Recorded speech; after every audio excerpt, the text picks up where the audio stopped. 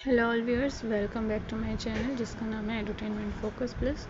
आज की हमारी वीडियो है about the education system in India. Bharat में अपने एजुकेशन सिस्टम के बारे में हम बात करने वाले हैं।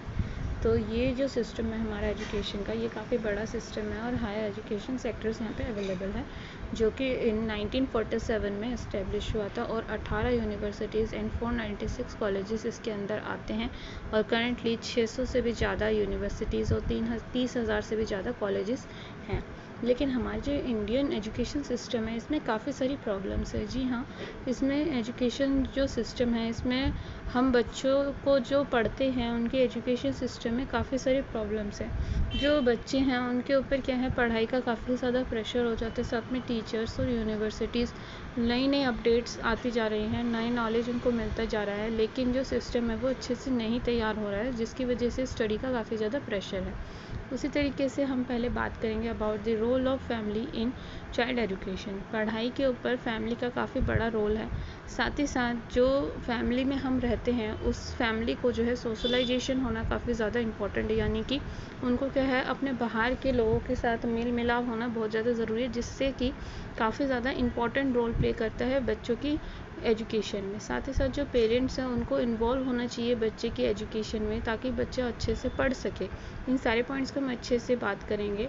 और ओवरऑल देखा जाए तो हमारे भारत में 74.04% जो है एजुकेशन की जो है स्पेसिफिक लिटरेसी रेट है। और साथ ही साथ मैंने आपको बताया हुआ है कितना मेल फीमेल का है।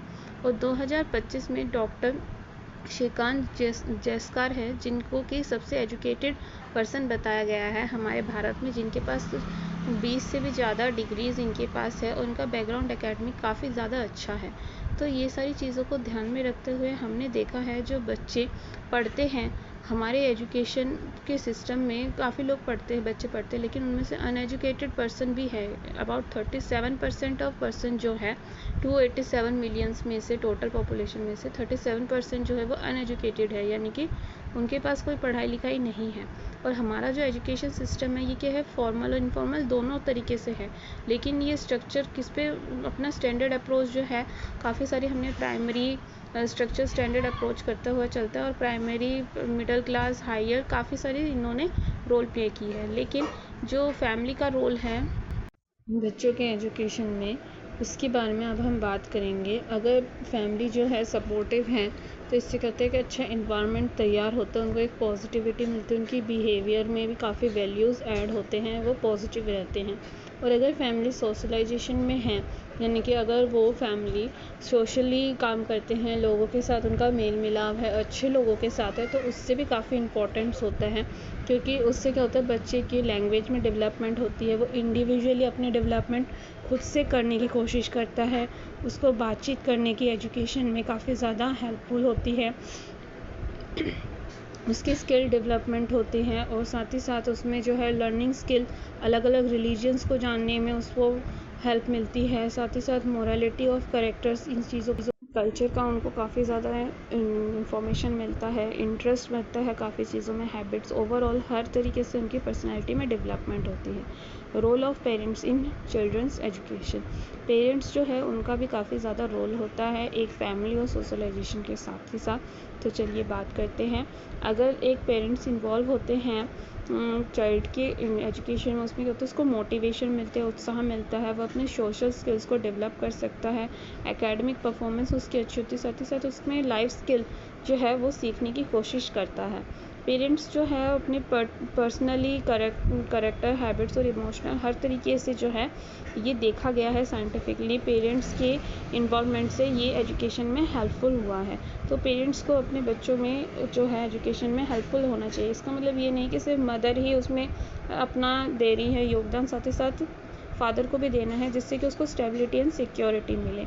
इससे क्या होता है, देखा गया है अगर पेरेंट्स जो हैं दोनों के दोनों उनको प्रमोट करते हैं लर्निंग में, उससे क्या होता है, उनको स्ट्रेस रिड्यूस करने में हेल्पफुल होता है।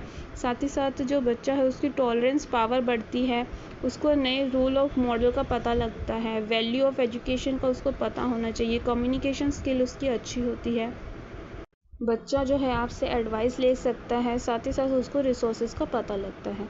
अब इन सब के साथ साथ सबसे ज़्यादा इम्पॉर्टेंट जो चीज़ है वो है एक अच्छा स्कूल को चूज़ करना। Choose the best school.